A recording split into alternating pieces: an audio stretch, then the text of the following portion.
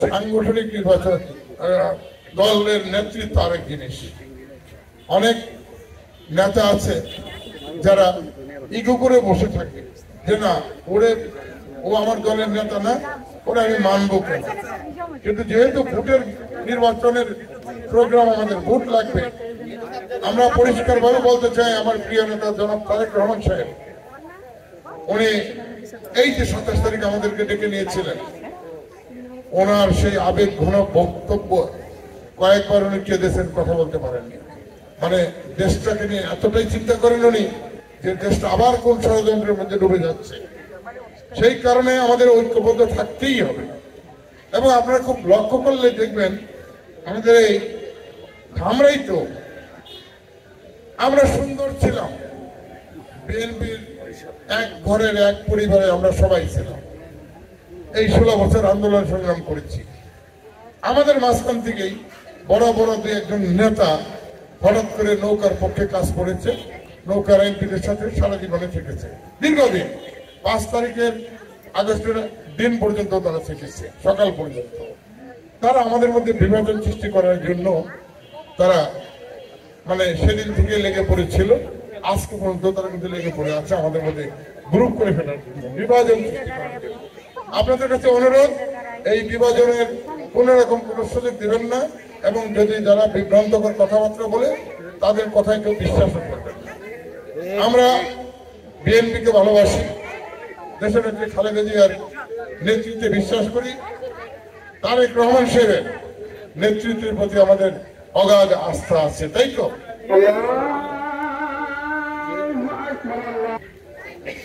আমাদের প্রিয় নেতা তারেক রহমান সাহেবের সেই আবেগ ঘন বক্তব্য আমরা দেখেছি, শুনেছি।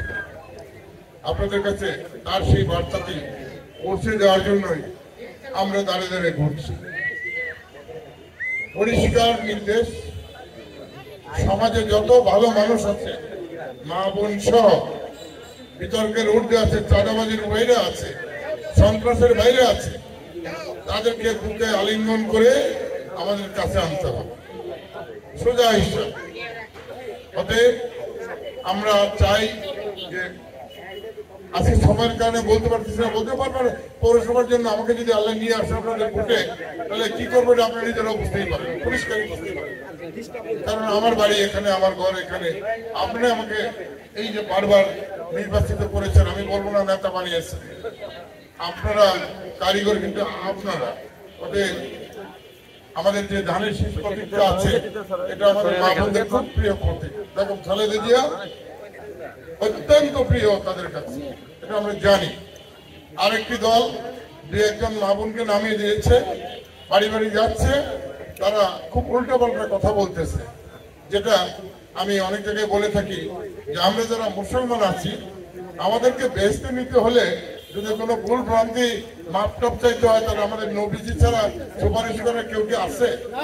কেউ নাই। অথচ এরা নাকি বলে বসে, আমি যে একটা প্রমাণ পেয়েছি যে ওই আস্তে করে যে বলে যে যদি জান্নাত পেতে চাও তাহলে এই নাম্বার মার্কেটে ভোট দিবা। এটা খুব কষ্টদায়ক জিনিস।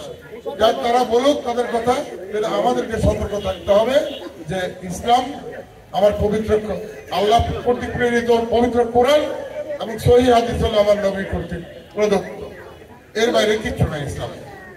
তো যাও, আমরা ঐক্যবদ্ধ থাকবো।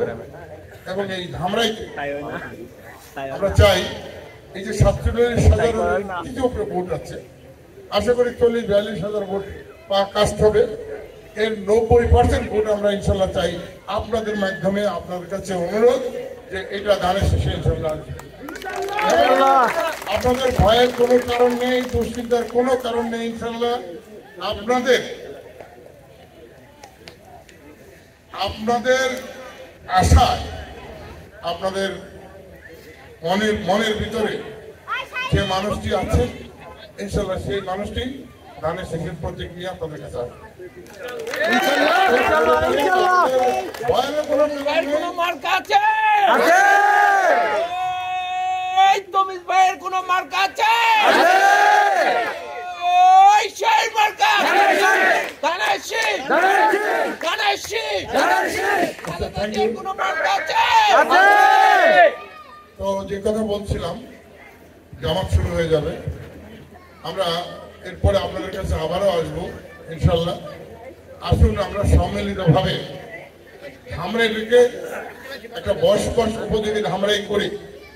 আপনারা চেনেন, ভালো করেই চেনেন কারা চাঁদাবাজি করে, কারা সন্ত্রাসী করে, আপনারা সবাই জানেন। কিন্তু ভয় আমার সাংবাদিক ভাইদের আমি বারবার বলি, ওর সেদিনের বর্তমান সভাপতি সহ যিনি ফেল করেছেন সভাপতি, এরা সহ অনেক নেতা আমার কাছে গেছিলেন, সেক্রেটারি সহ। আমার দুঃখ লাগে তাদের। পরশুদিন আমি বলেছি যে কষ্ট হয়, সব জিনিস তোমাদের ভালো, কিন্তু তোমরা এই সত্য কথাটা কখনো লেখো না, বলো না। যাক, এটা আমাদেরকেই ঠিক করে নিতে হবে। আমরা চাই যে একটা সুন্দর ধামরাই, সকল মানুষ যেন তার তার মান সম্মান নিয়ে বসবাস করতে পারে। কেউ যেন অযথা কোনো সন্ত্রাস মাস্তানের কাছে মানে ভয়ে অস্থির না থাকে। এই পরিবেশটা সৃষ্টি করতে হলে আপনাদের সহযোগিতা লাগবে। আর নির্বাচনে জিততে হলে তো আপনাকে ছাড়া কোনো করতেই নাই। এই ইসলামপুর 7 নম্বর ওয়ার্ড আপনারা যদি খালি একদিন 2 ঘন্টা সময় দেন, আমার মনে হয় কোনো বাড়ি বাদ থাকবে না। যদি আজকে এখানে যে মানুষগুলো আছেন 7 নম্বর ওয়ার্ডে, আপনারা যে বলেন যে আমরা একটু বাড়ি যাবো, 2 ঘন্টার বেশি লাগবে না, প্রত্যেকটা বাড়িতে আপনারা পৌঁছে যেতে পারবেন। মা বোনদের কাছে, সবার কাছে অনুরোধ, আপনারা একটু দয়া করে এই কাজটি করবেন। আমরা আপনাদের সাথে নিয়ে ইনশাল্লাহ নির্বাচিত হলে, নির্বাচনের পরে আমরা